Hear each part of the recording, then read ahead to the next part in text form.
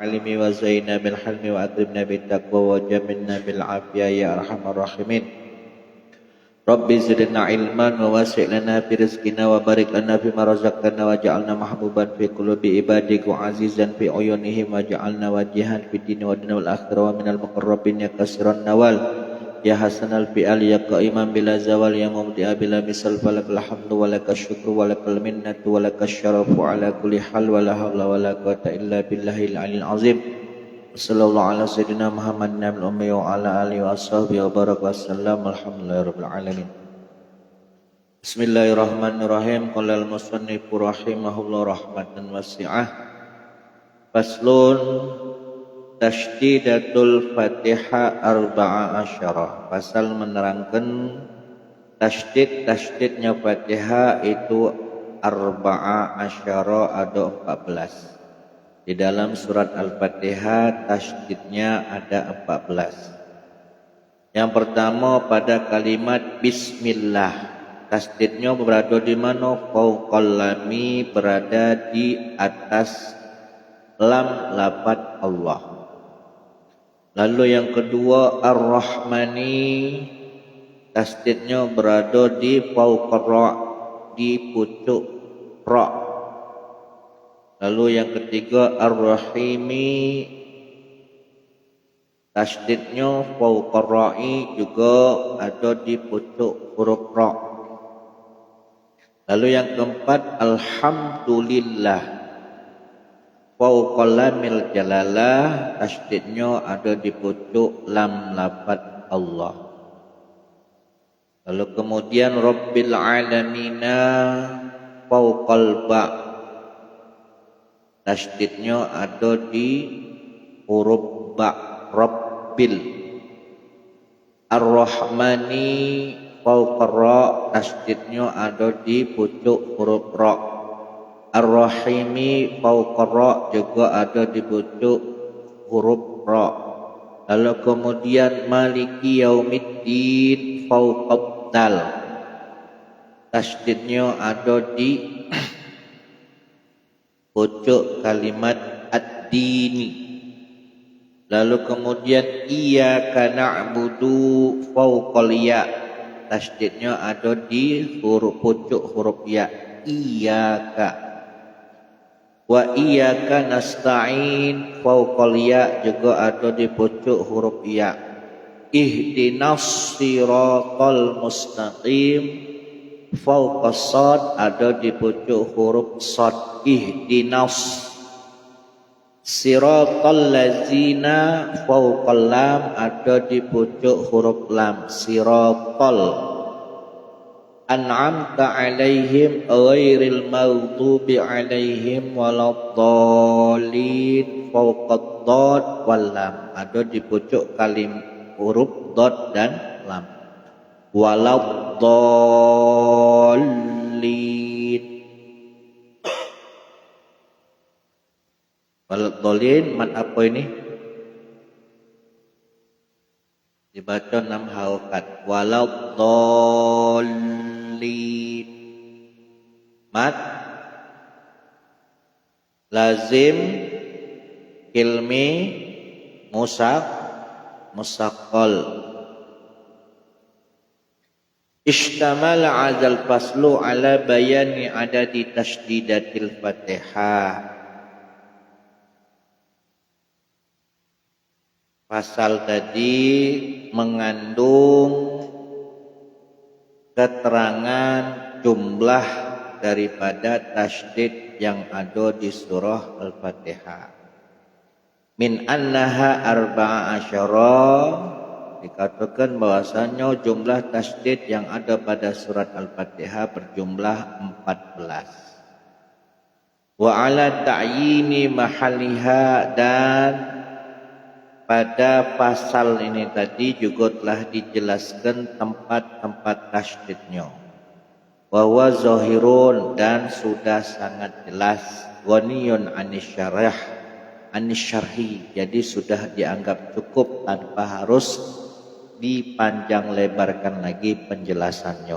Maka di sini Sayyid Ahmad Asy-Syadzili tidak mensyarahkan pasal ini, tidak menjelaskannya panjang lebar karena sudah dianggap cukup, sudah jelas. Lalu kemudian faslun yusannu raf'ul yadain fi arba'ati mawadhi'a. Pasal menerangkan disunahkannya mengangkat tangan fi arba'ati mawadhi'a pada 4 tempat. Jadi ketika sholat kita disunahkan mengangkat kedua belah tangan pada 4 tempat. Hukumnya sunnah. Jadi kalau tidak ngangkat tangan, tidak mana? Hah? Kalau tidak ngangkat tangan, tidak mana? Hah? Kalau sunnah tidak dilakukan jadi apa? Hah? Sunnah kalau tidak dilakukan jadi? Hah?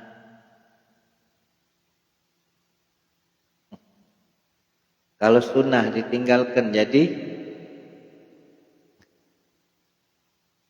makruh. Tidak apa-apa, tapi makruh. Al-ma'na maknanya annahu bahwasannya yundabu disunahkan lil musalli bagi orang yang sholat ayyarfa'a yadaihi untuk mengangkat kedua tangannya, ai kafaihi mengangkat kedua telapak tangannya fi arba'ati mawadhi'a pada 4 tempat min sholatihi daripada sholatnya. Walau iktasara ala raf'i wahidatin, kalau seandainya dia cuma ngangkat sekali baik, semisal pas takbiratul ihram baik, kuriha maka makruh hukumnya. Jadi tidak sampai membatalkan sholat karena hukumnya sunnah. Kalau seandainya cuma sekali dia ngangkat, pas takbiratul ihram di tempat yang lain dia tidak ngangkat tangannya, maka dihukumi makruh. Yang pertama disunahkan yang mengangkat tangan inda takbiratil ihram, ketika takbiratil ihram. Takbirnya rukun, ngangkat kedua tangannya itu sunnah.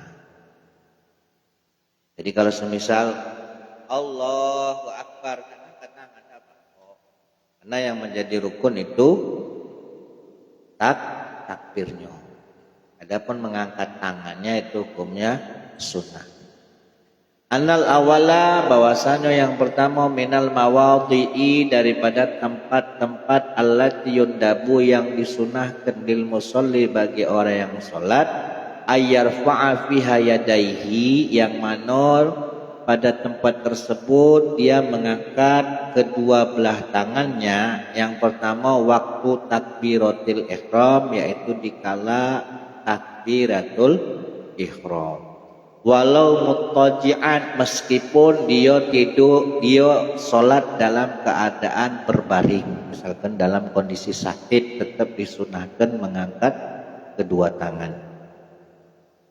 Wa tahsulu as-sunnah bi ayyi raf'in, dan sudah dianggap menjalankan sunnah dengan sekiranya dia mengangkat tangan baik dalam bentuk apapun.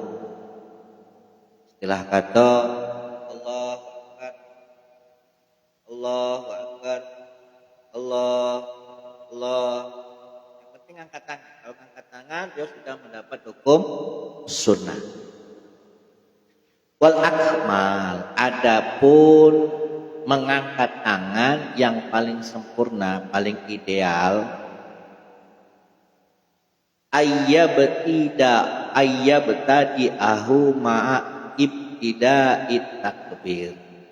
Dia mulai mengangkat tangan bersamaan dia mulai membaca takbir.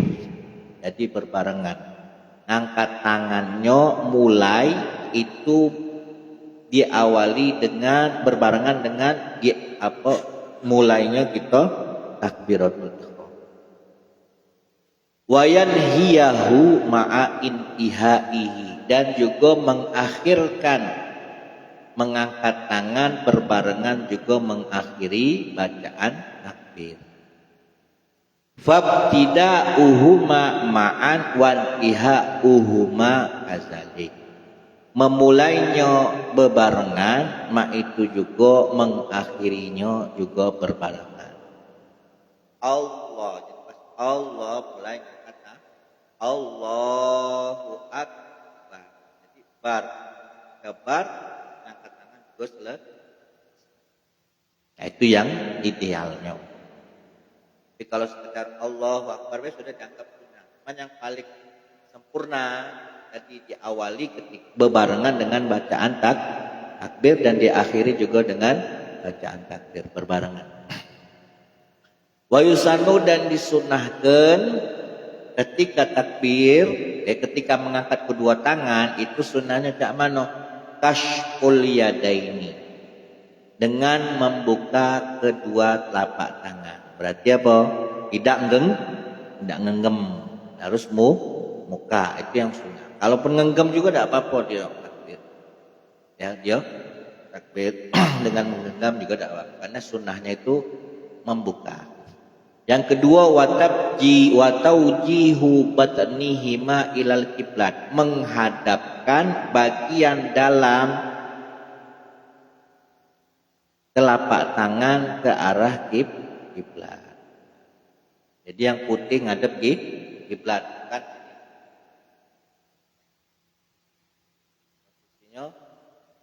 Yang putih-putihnya ngadep kiblat.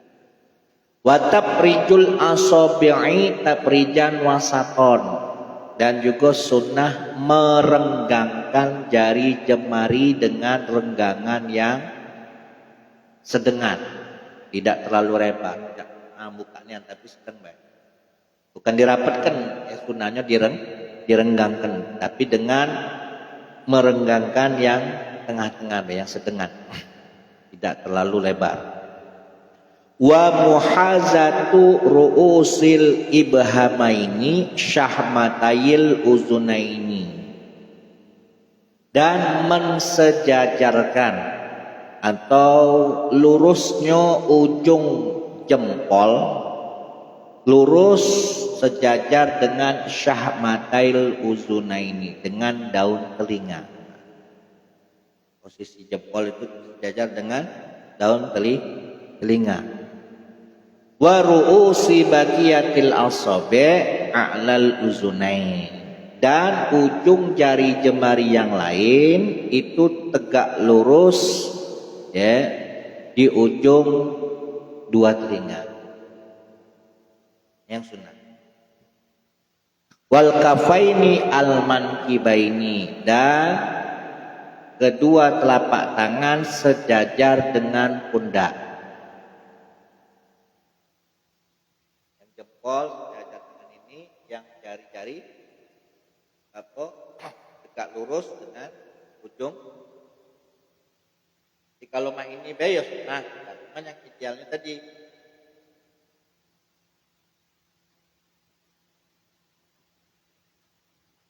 Jadi sunnah pertama mengangkat tangan itu ketika takbiratul ihram. Lalu yang kedua, wa indar ruku', ketika hendak ruku'. Nak ruku' sunnah ngangkat tangan. Kalaupun tidak ngangkat tangan langsung ruku' baik, enggak apa-apa. Maknanya anasaniyah, bahwasanya yang kedua minal mawadhi'i, daripada tempat-tempat allati yundabu lil musallih, yang disunahkan bagi orang yang salat, ayyarfa'a biha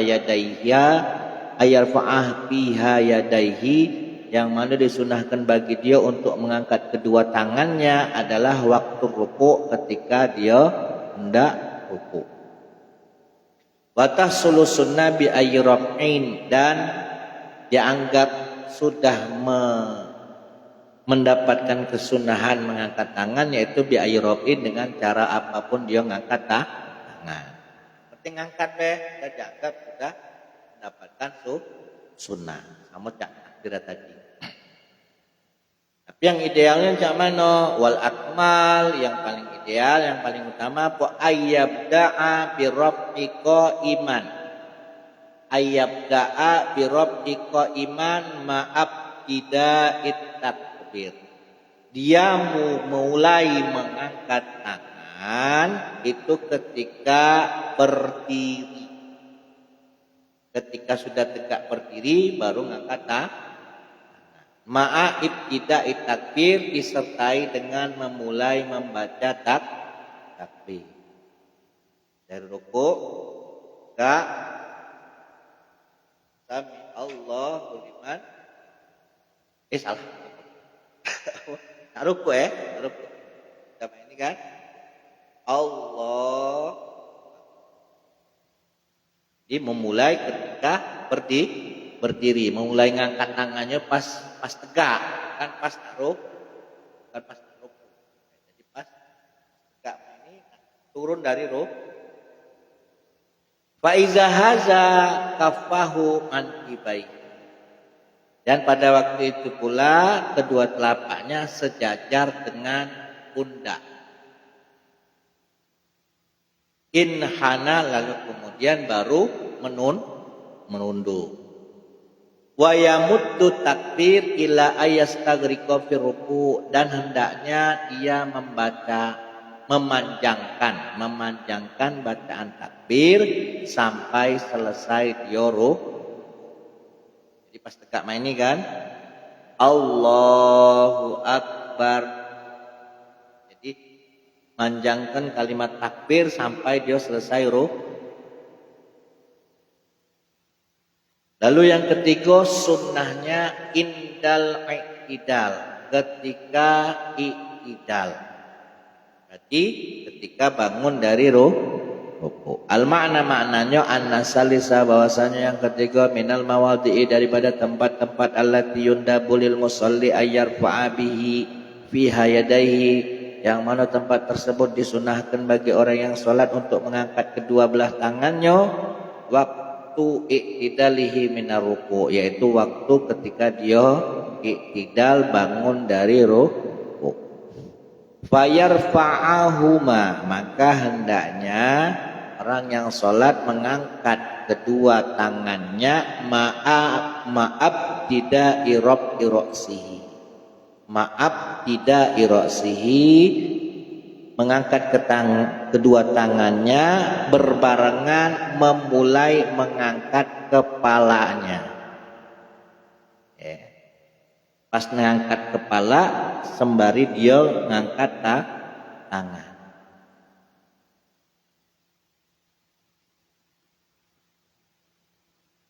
Ilal intisab, sampai dia berdiri tegak. Sami Allahu liman hamidah. Rabbana fa izan tasoba, dan bila sudah berdiri tegak, arsala yadaihi, maka lepaskanlah kedua tangannya. Dari rukunan mengangkat kepala, angkat tangan, sami Allahu liman, turun ke tangan. Nah, ini kalau yang tidak tahu biasanya baju tuh, tangannya sami Allah liman hamidah. Ini nama gerakan ini namanya. Harusnya sami Allah liman hamidah sudah mantap. Itu yang ketiga. Yang keempat, wa indal qiyam minat tasyahudil awal, dan disunahkan mengangkat kedua tangan ketika berdiri dari tasyahud awal. Bangun dari tasyahud awal. Itu yang keempat. Berarti pada rakaat kedua, pada rakaat keempat itu tidak disunahkan ngangkat tangan ketika nak bangun. Tapi ketika rakaat setelah tasyahud awal, rakaat pertama bangun dari sujud langsung ini ada rakaat pertama habis dari sujud kan, langsung Allah Akbar. Terus tuh pada rakaat kedua tahiyat awal. Nah, pas tahiyat awal nak bangun menuju rakaat ketiga sunnah mengangkat kedua tangan. Allahumma sholli ala Muhammad. Nah, pas rakaat ketiganya tidak disunahkan lagi mengangkat kedua tangan. Jadi yang pertama tadi apa? Takbiratul ihram, yang kedua ketika ruku, yang ketiga bangun dari ruku, yang keempat ketika bangun dari tasyahud awal. Maknanya anar rabi'a minal mawadi allati yundabu lil musallib ayarfa'a fiha yadayhi. Yang keempat, daripada tempat-tempat yang disunahkan bagi orang yang sholat untuk mengangkat kedua belah tangannya adalah waktu qiyamihi minat tasyahudil awal, yaitu ketika waktu berdirinya dia dari tasyahud awal. Wa yakunu ibtida'ur rab'i ba'da wusulihi ila haddi aqallir ruku'. Mulai dia mengangkat tangan setelah sampainya orang yang salat tadi ila haddi aqallir ruku', pada batas minimal ruku. Mulai dia mengangkat tangan. Batas minimal ruku. Batas minimal ruku itu cak mana? Sekiranya orang itu menunduk dan tangannya menggapai kedua lutut. Nah, pas pada saat itu dia mulai ngangkat tangan.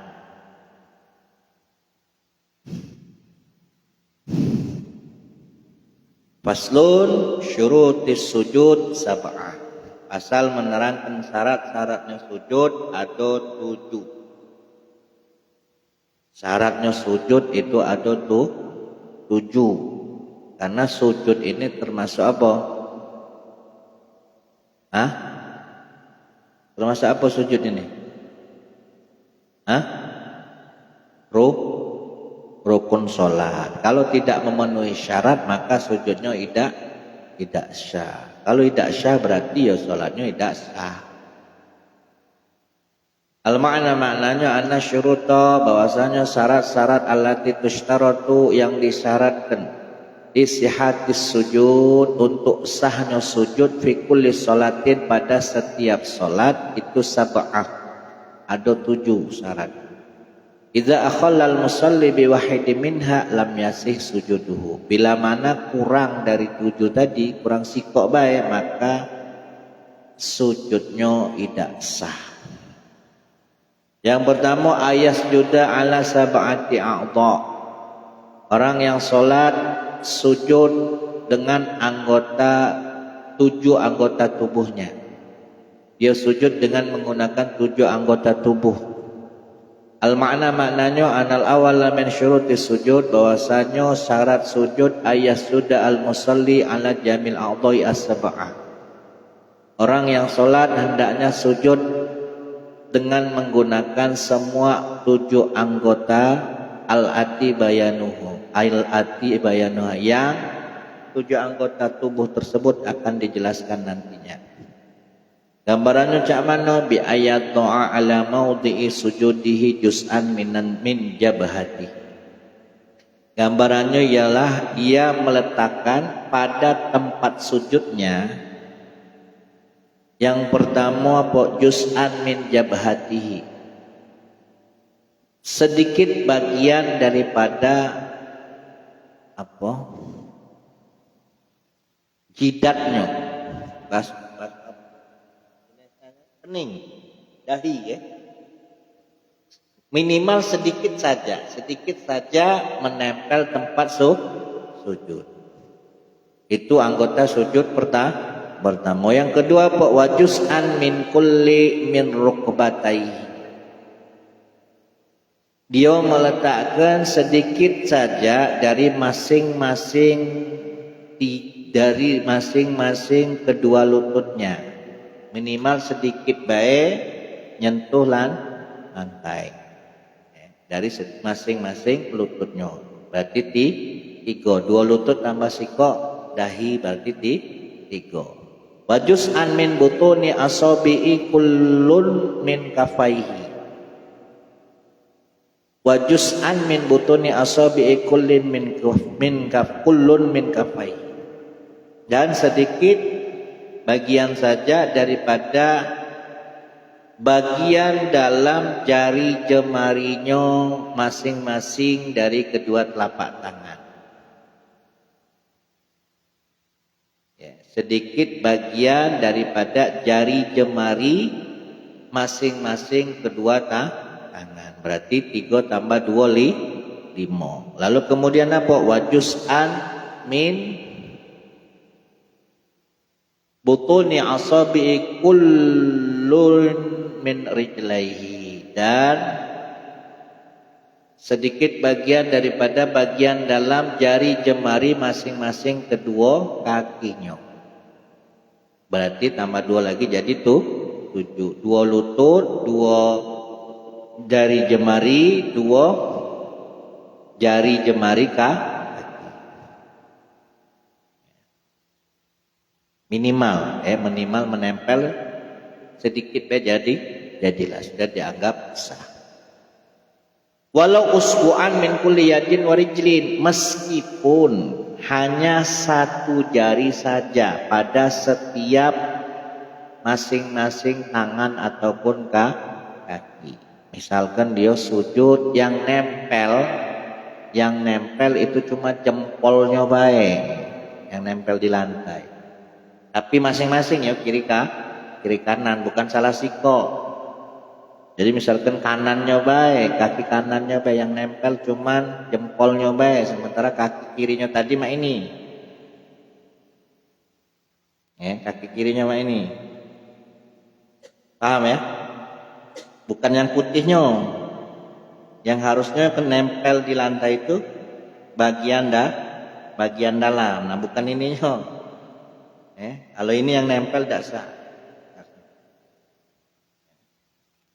Minimal itu 1 saja, minimal 1 dari setiap masing-masing tangan ataupun kaki. Nah, itu sudah dianggap memenuhi syarat menempelnya 7 anggota tubuh yang memang wajib dalam keadaan sujud. Dahi, terus 2 lutut, jari jemari tangan bagian dalam, dan jari jemari kaki bagian dalam. Wayusanu, dan disunnahkan. Ini sunnah ya. Tartibu wad'il a'dha'i lal mazkura. Berurutan di dalam meletakkan anggota sujud yang telah disebutkan tadi. Gambarannya cak mano bi ayat doa awalan, dengan pertama kali yang dia letakkan pada tempat sujudnya itu apa? Rukbataihi. Yang pertama turun itu lututnya dulu, 2 lututnya, lalu kemudian summayadaihi, kedua tangannya, lalu kemudian apa? Summa jabhatahu, lalu kemudian keningnya. Lutut, tangan, baru ke kening. Syarat yang pertama 7 anggota sujud itu harus menempel pada tempat sujud. Lalu yang kedua, wa antakuna jabahatuhu maksyufatan. Keadaan keningnya harus dalam keadaan terbuka. Nah, yang dinamakan kening itu ini, jidat. Nah, ini posisinya ketika sujud harus terbuka. Kalau mak ini, nana tadi mak ini kan. Nah, kalau petinya bukan jidat, harus jidat. Ma baina sudghaini al-jabha, ma baina sudghaini tulan. Yang dinamakan dahi kalau dalam ukuran panjangnya itu ma baina sudghaini, bagian kepala antara pelipis, antara 2 pelipis, antara 2 pelipis ini. Berarti yang ini dari sini ke sini yang dinamakan jidat kalau panjangnya. amma janibaha minal wa ma baina sya'ari ra'si wa sya'ari hajibaini ardon. Adapun lebarnya itu yaitu bagian antara tumbuhnya rambut kepala sampai pada tumbuhnya rambutnya alis. Kalau dari lebarnya itu mulai dari tempat tumbuhnya rambut sampai tumbuhnya alis. Wa yusamma kullun wahidin minhum amma janibaha minal janibaini. Adapun sisi daripada kening minal janibaini dari antara dua sisi, nah ini fayusamma kullun wahidin minhum jabinan, maka setiap dari dua sisi ini dinamakan jabin ya. Ini jabin ini. Yang jabhat yang ini, yang tengah ini. Wa yusannu wad'uhuma ma'ahuma wa la yakfiyani anha, dan disunnahkan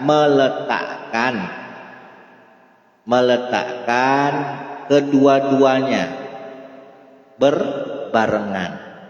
Wa la yakfiyani anha, dan tidaklah dianggap cukup bila mana sujud tadi yang menempel itu salah sikoknya, misalnya sujudnya mah ini, nah ini kan bukan kening, yang kening itu yang ini. Jadi misalkan dia sholat main-main, noleh kawannya tadi mah ini kata sujud yang ini jabhah.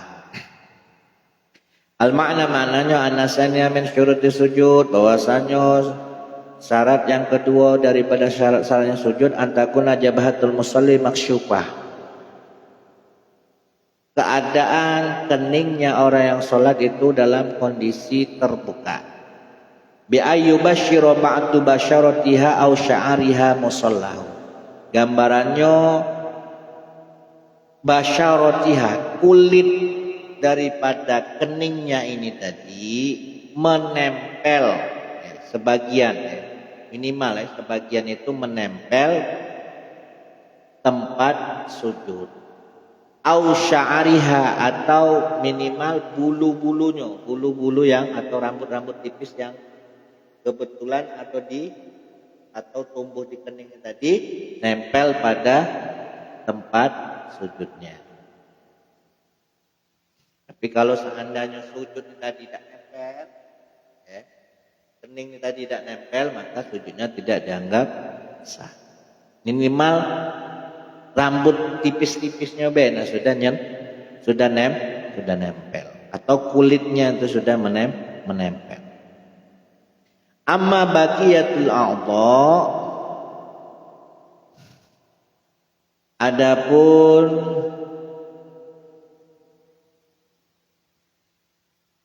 anggota-anggota yang lainnya fayusanu kashful yadaini warijlaini minha, maka disunahkan membuka kedua tangannya dan kedua kakinya. Maksudnya apa? Tanpa sapu tangan, tanpa kos kaki, itu hukumnya sunnah.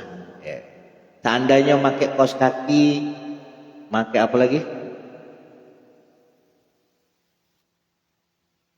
Sarung tangan,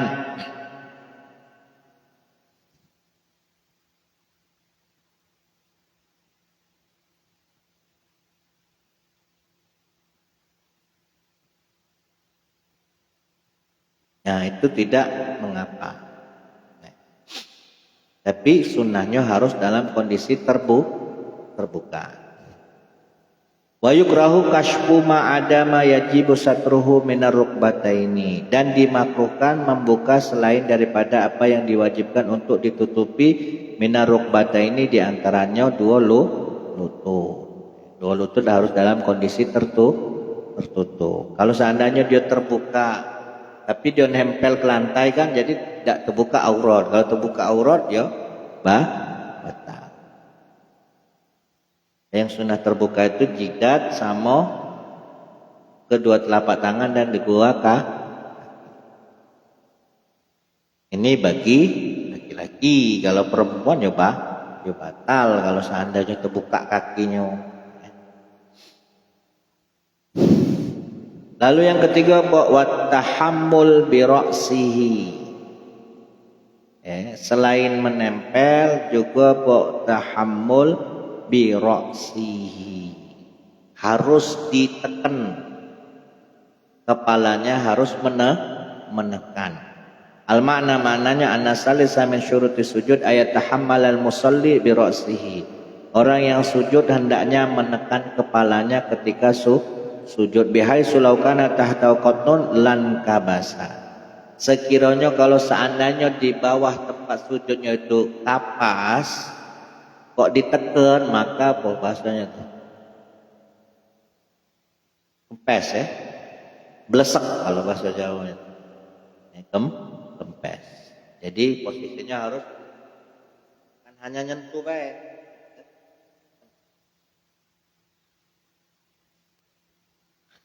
Terus wa'adamul huwiyyi li ghairihi.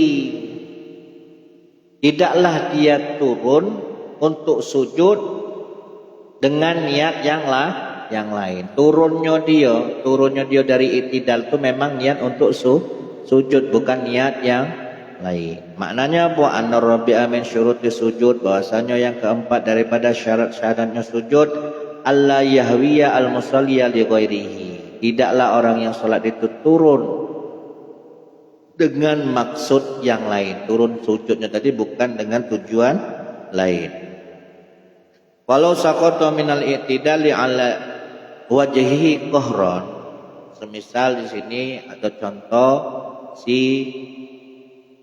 Akib lagi sholat, lagi i'tidal, tiba-tiba diterjang ke kawan, ditawannya dari belakang, akhirnya kesungkurlah sujud. Posisi habis i'tidal nih tadi. Nah turunnya ini tadi bukan karena nak sujud, tapi karena terpaksa kena terjang tadi. Lam yuhsablah, maka turunnya dia karena diterjang tadi dalam kondisi bersujud itu tidak dianggap sujud. Kenapa? Turunnya tadi karena tersungkur, karena diterjang lagi tersungkur.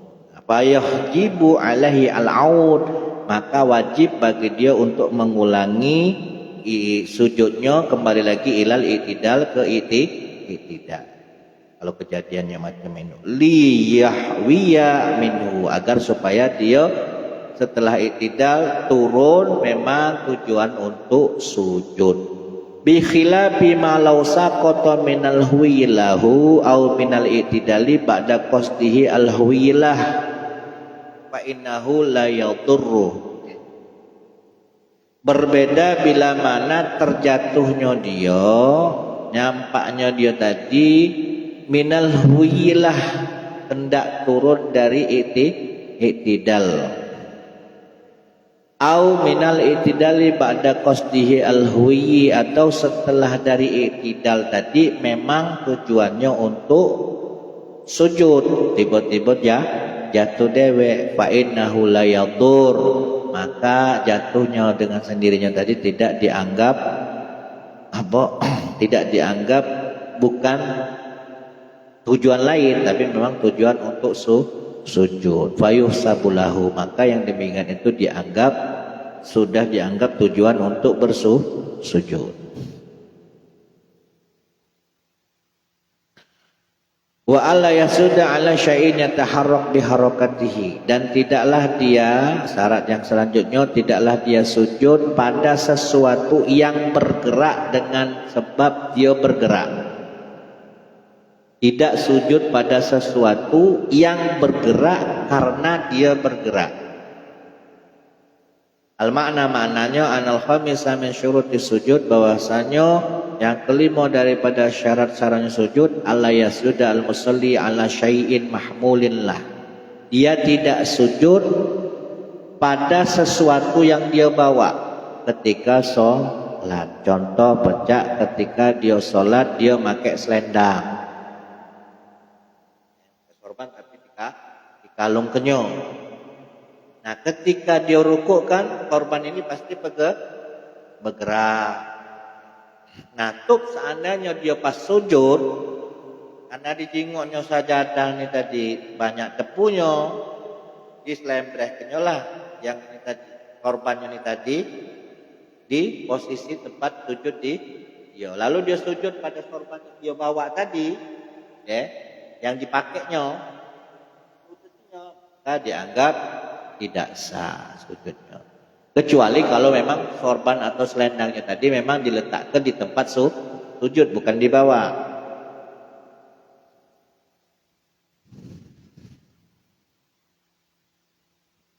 Fatabtulu salatuhu bihi in alimat wa ta'ammada. Dan seandainya dia tetap melakukannya, maka batal sholatnya bila mana dia mengetahui dan sengaja. Wa illa bila mana tak tahu dan tak sengaja, a'adahu, maka wajib bagi dia mengulangi sujudnya. Jadi boleh kita sujud dengan sesuatu yang kita bawa dengan catatan itu tidak bergerak. Walau sajada wa huwa yusolli qaidan. Kalau seandainya seseorang ini sujud wa huwa yusolli qaidan, sedangkan posisi dia sujud tadi memang kondisi dia sholat dalam keadaan duduk. Ala syai'in, pada sesuatu, la yataharrak biharakatihi, dan tidak bergerak dengan sebab pergerakan dia ketika dia sholat dalam kondisi duduk. Walau sholat qa'iman la taharrak biharakatihi. Kalau seandainya sholatnya itu dilakukan dengan berdiri, maka niscaya apa yang dia bawa itu ikut bergerak. Tapi karena kondisinya duduk, maka sesuatu yang dia pakai tadi, yang dibawanya ketika sholat tadi tidak bergerak. Contoh semisal dia sakit, tidak mampu sholat berdiri, kedinginan, istimutlah badannya, sementara ujung selimut tadi menjuntai ke lantai. Ketika dia sujud, posisi ujung kain atau ujung selimut ini tadi tidak bergerak. Kok dia sujud pada ujung kain tadi, maka tidak mengapa. Itu kalau seandainya posisi dia sholat dalam keadaan duduk. Berbeda kalau seandainya dia dalam keadaan berdiri pakai selimut, ya, karena kedinginan, tapi sholatnya dalam kondisi tegak, ya, otomatis walaupun ujung kain menjuntai ke bawah, ya, ujung selimut yang menjuntai ke bawah, kok dia sujud pada ujung selimutnya, maka sujudnya tidak sah. Lam yadur inda Ibni Hajar wal Khatib. Nah, kondisi sholat yang demikian ini kalau menurut Imam Ibnu Hajar dan Imam Khatib Asy-Syirbini tidak mengapa. Dia sujud pada sesuatu yang dia bawa, yang catatannya bila mana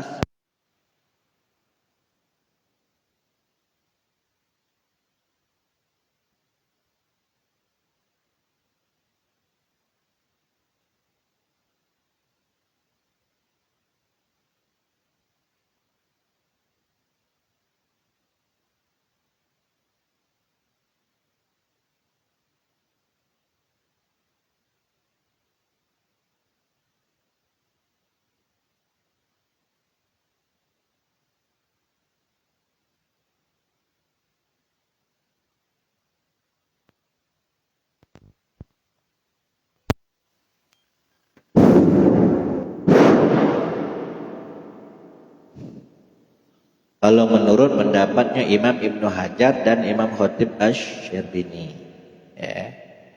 Jadi kondisi misalkan kedinginan, sholat pakai selimut, ujung selimut menjuntai ke lantai, ke tempat sujud. Nah, kalau seandainya dia sujud pada selimutnya ini tadi, ya, maka tidak mengapa menurut Imam Ibnu Hajar dan Imam Khatib Asy-Syirbini.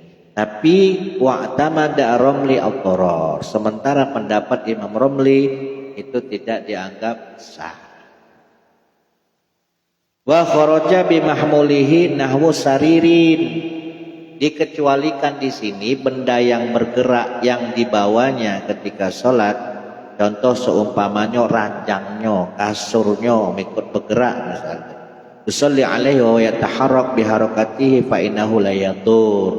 Bila mana dia sholat dalam kondisi duduk tadi ranjangnya melok bergerak pas sujud, nah itu tidak mengapa. Ini kalau yang sifatnya dipakai untuk alas sujud. Wa kaza demikian juga la yaduru as-sujud ala ma fi yadihi li'annahu fi hukmil munfasil. Begitu juga demikian juga tidak mengapa bila mana dia sujud pada sesuatu yang ada di tangannya li'annahu fi hukmil munfasil. Maka hal tersebut tidaklah dianggap hal yang memisahkannya.